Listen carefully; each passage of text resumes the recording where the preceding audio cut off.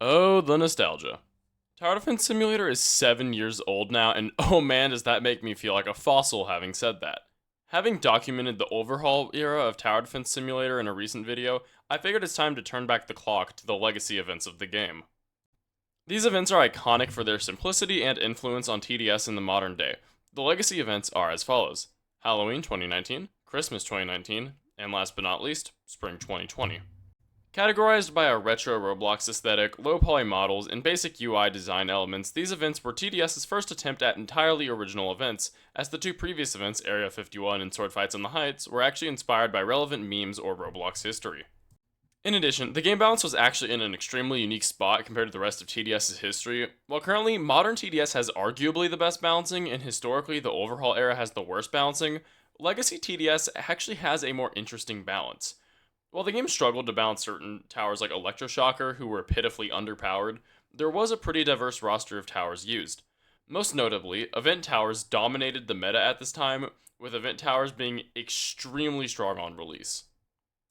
On a side note, it is seriously impressive how events that, in my opinion, aren't really ever talked about are so core to TDS's identity and history.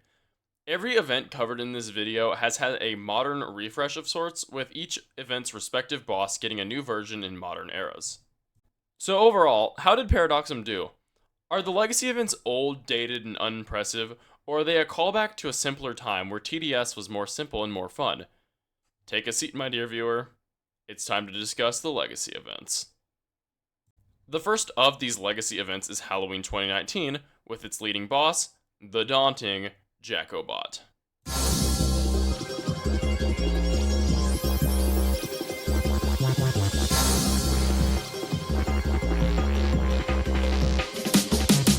Halloween 2019 was TDS's breakout Halloween event and first ever original event. Halloween 2019 started many themes within TDS, including certain enemy types we would see in the future. Enemies like the Mummy, Scarecrow, Ghost, Jax, and Swamp Thing would all be put into future events, with two of these enemies actually being returned as full-on bosses in the Solar Eclipse event. While basic at the time, these enemies would be turned into incredible bosses using implied details from the original enemies. Personalized with awesome boss themes from Focus, these enemies make their return with new coats of paint and refreshed models.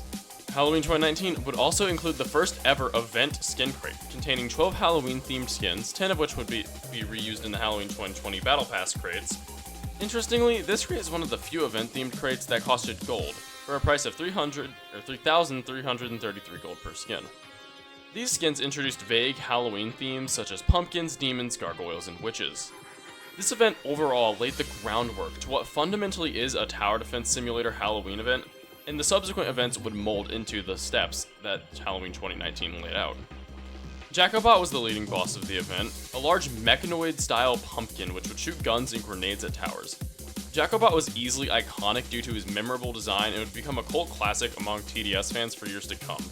But like the Swamp Thing and Jax, he would later return. Jacobot returned in Lunar Overture with a refreshed model that reflected the expansion of TDS's development team. Finally, Halloween 2019 added the Shredder Tower, currently known as the Slasher, which is the second ever melee tower added to the game. The Shredder was a knife-wielding damage tower with a unique knife throw ability and, on max level, a chainsaw. Shredder, however, would eventually be reworked into the Slasher, having removed and reworked the knife throw into a passive and completely removing the chainsaw. While unfortunately, the Slasher has always been a pretty mediocre tower and never saw a large time in the spotlight past release. I hope it gets some buffs in the future to make it more viable, as thematically I think it is such a cool tower. Jacobot in Halloween 2019 left an influence on Tower Defense Simulator, laying the groundwork for the awesome events that would supersede it. This innovation would expand on in the Christmas 2019 event.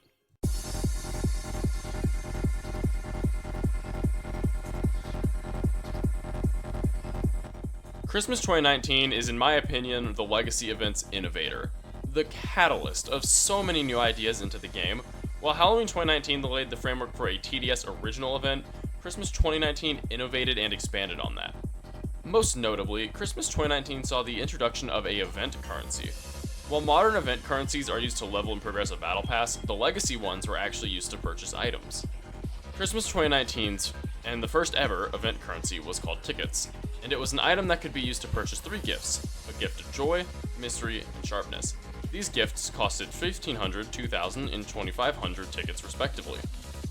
The Gift of Joy contained the Lazy Couch emote, which is super iconic as it's the first ever emote to be from an event and one of the first few to contain props. The Gift of Mystery is rather simple, containing 4 premium crates, an extremely generous sum for the time and by today's standards. And finally, the most expensive gift, the Gift of Sharpness. This gift gave players the Holiday Archer Tower, which would be later reworked into the Archer.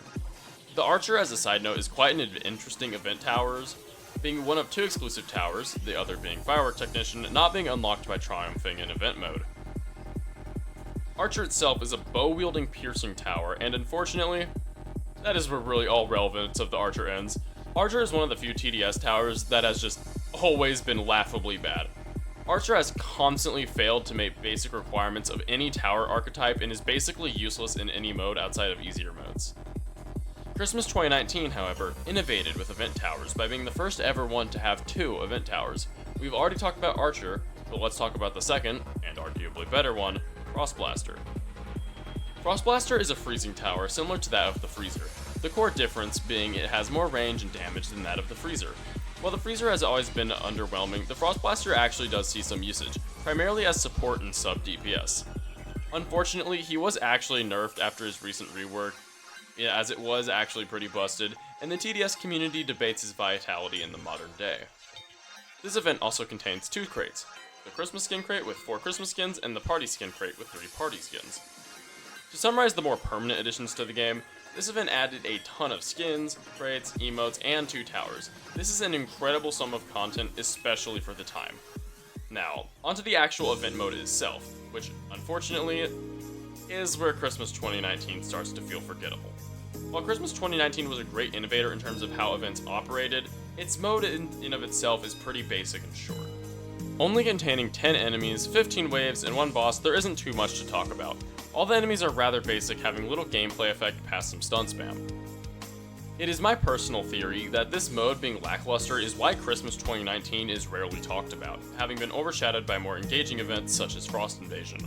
Now that being said, the main boss, Krampus, returned at a later date with the Krampus' Revenge event, a spiritual successor to Christmas 2019. While this event mode in of itself was rather plain, I am actually really glad to see it live on in modern times, as it does contextualize TDS's history to newer players.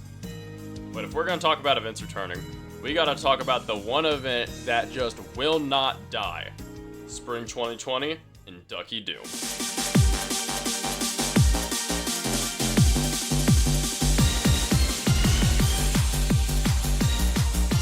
Spring 2020 is the final event in the Legacy series of Tower Defense Simulator events, being contextualized as being a part of an official Roblox event, the 2020 Egg Hunt. This event was the first ever TDS event to introduce multiple difficulties, a concept we would see disappear but then later return in modern events. The easy mode gave players the Tower of Eggs hat for winning, while the hard mode gave the players the new event tower, Swarmer. Playing both modes would award players with Spring 2020's event currency, tickets. These tickets, while less versatile than Christmas 2019's, are still used for one purpose, the event crate. The Bunny Skin Crate, which is the Spring 2020 crate, contains 9 bunny-themed skins. The game modes for Spring 2020 are quite similar, with the only difference being enemy HP and slightly different wave structures.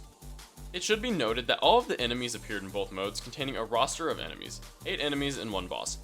Fascinatingly, Spring 2020's events appear to be effectively rehashes of Christmas 2019 enemies. Take the explosive enemy from Spring 2020 and the gingerbread from Christmas 2019. Both of the enemies are a somewhat fast enemy that explodes on death, stunning towers. Additionally, the Zom Egg and Shrugwar enemies parallel the Frozen and Snowman enemies in Christmas 2019, being the generic normal and fast enemy types that you see quite frequently.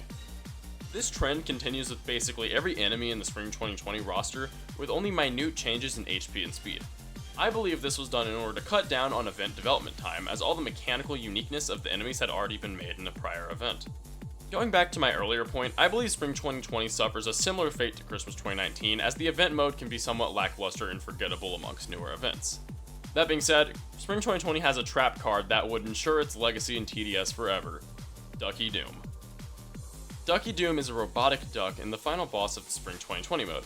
Ducky Doom had 2 abilities, a generic AoE stun, and 2 laser miniguns which would fire on towers, stunning them. But Spring 2020 would not be the end of Ducky Doom, as he always comes back. having 2 completely new events dedicated to it. Ducky Doom would return in the Duck Hunt event in 2022, and more recently with TDS's latest event, Ducky Revenge. 3 total variants of this boss exist, and I wouldn't be surprised if he returns again in the future, maybe even on the side of the player given the ending of the Ducky Revenge event. Overall, my point here is that while people hardly talk about the legacy events themselves due to their age, these bosses are so core to the modern image of TDS, as, to reiterate, every legacy boss has a modern callback. Lastly, we have the Swarmer, which is the event tower for Spring 2020. Swarmer is arguably one of my favorite event towers, being a beekeeper that throws bees on enemies. The more bees he throws, the more chip damage gets inflicted on enemies. Swarmer is super fun to use and absolutely melts bosses. Additionally, before his rework, enemies getting hit by bees would flail their arms around, which was just hilarious to watch, especially since it applied on bosses.